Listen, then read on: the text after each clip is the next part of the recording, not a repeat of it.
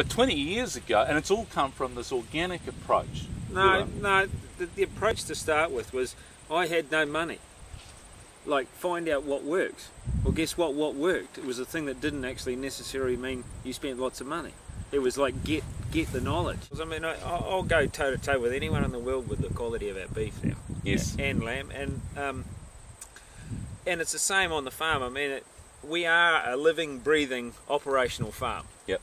And the way we do our research is like living, breathing on the farm. If you see a problem, we have to work out how to fix it. It's not a constructed protocols of randomized selected trials, because like it just, for us, it doesn't work. We have to make it work. And now what's great about what's happened with Aberystwyth is that they can actually take what we've done here, they've seen it works, and go, okay, well, let's put it into a more structured process. And there's lots of ways of monitoring how it all comes out the other end. It's not necessarily how much you produce, it's how good is it, how much did it cost you, and is there a profit at the end of the day? Now listen, watching this, you might think that no one in New Zealand likes us apart from Ewan, and there's this university in Wales, and that hard word to say, Aberystwyth. Yeah, you got it now. Well done. Yep. But Ewan, how many farmers, well, you do seminars all over the country for a start, how many farmers in New Zealand are interested in and starting to try your approach? Just at a guess, would you say? Oh, up to 1,000. Yeah. From small block holders, kiwi fruit orchards, you know, sheep, beef, dairy, wool. So it's producers. every kind of primary production. It's not just animals. Yeah, pretty much. Yeah, Yeah, they're all okay. having a bit of a go. Okay, so there's a couple of other things that we need to cover, two key things really, and they are the system, which is your baby, Ewan. Well, you could say that, but I mean, it's a conglomeration of a whole lot of people's work. I mean, you couldn't, you know, look at William Albrecht. He spent his lifetime to develop a system that's pretty easy to understand. So you're just a student of these guys. Oh really. yeah. I mean, without those guys, you just couldn't do what we're doing. I mean, and there'll be people that come along and take what we've done and go again, and you've just got to recognise them for what they are. So explain the system.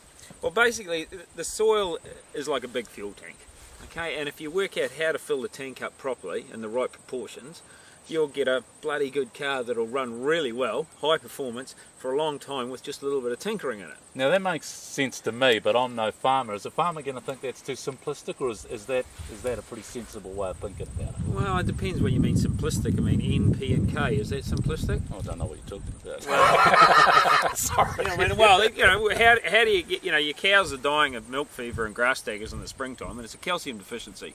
Where did calcium fit in N, P and K? Like, well, but I mean, there's all the stuff that farming has been a bewilderment to the farmers. In reality, the information and technology is out there if you want to go and get it. And the net's a great place for actually looking and finding the right people. But and back to the system, sorry to interrupt you. Yeah. So the fuel tank, the soil... Yeah, get that right. That's the mineralogy. But then you've got to look at the biology. There's fungal mycelium and there's bacterium, and they're the biology of the soil that take the trash from last year and turn it into humus and hold all your nutrients for you, so then you don't get the leaching out. And all those nutrients are available to the plants, and the better proteins, and so the animal's eating better. And so it's just a layer upon layer, okay? And I mean, our little bit of technology that we added into it, we found out about the silica, certain types of silica in the electrical generation, and the ability to move nutrient through the soil and plants, and how it affected biology. And again, we found that little piece out, and then we found all the links to all the people that had actually done work on, oh, we took this plant and put it in the solution and put electrical charge in it, and we put a 50% more nutrient into that plant by doing this. And like, oh, and that was done back in the 1950s. Right. So okay. we're not, there's nothing new.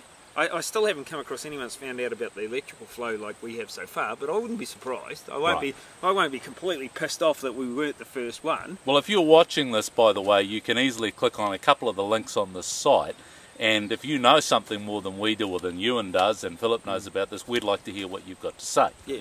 Well, that's one of the things about this system, is like, we learn every day from don't know who. I mean, wherever it come from. We've had a fungal mycelium just dropped on us not long ago.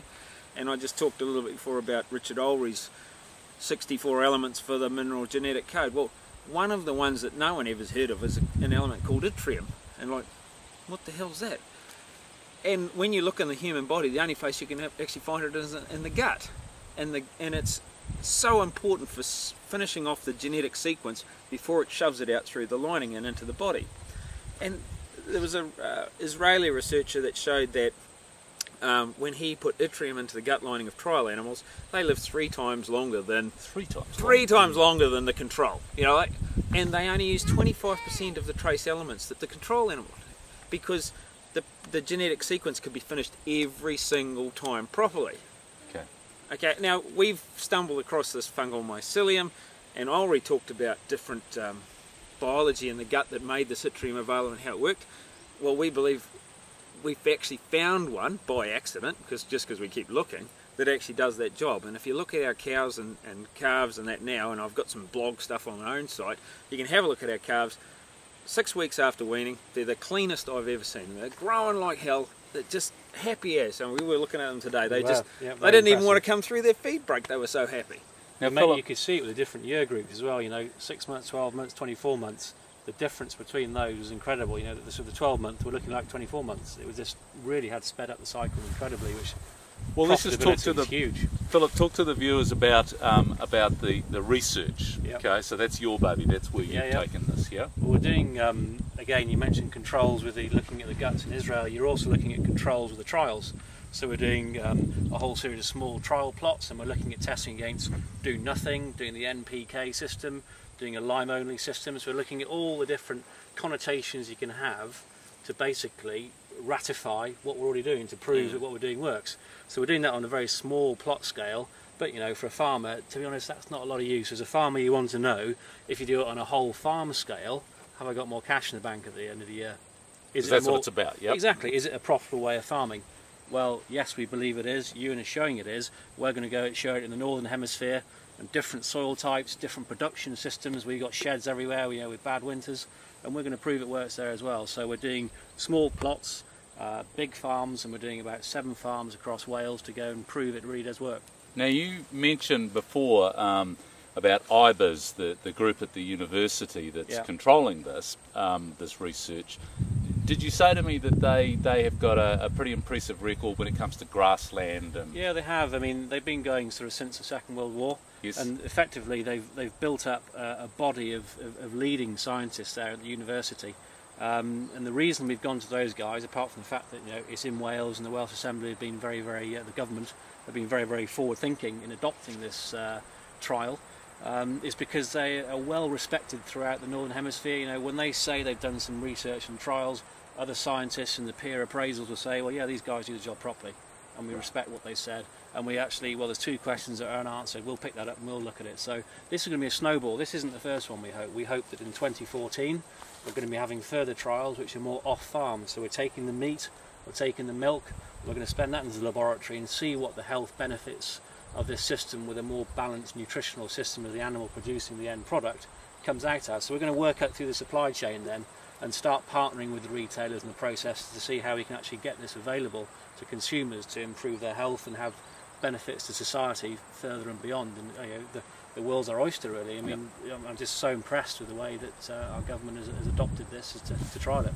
Okay, well, there you have it. So if you're watching this on my site and you really want to flick this on and learn more about it, the best place to go is to the Probitas site, and the website address for your site, Ewan, is Probitas-systems.co.nz. Probitas-systems.co.nz, and there you will see footage like this, but more in depth. And if you're a farmer, you know, if you're watching this, you probably aren't. A lot of you people are marketing people, and whereas, you know, you're a farmer, you want more in depth than we've given you here, and that's where to go. Probitas-systems.co.nz. Yeah, but hold on. As a townie, you need to know where your food comes from, and if you don't, more fool you, because you'll end up paying it somewhere else. There's always a cost at the end of the line.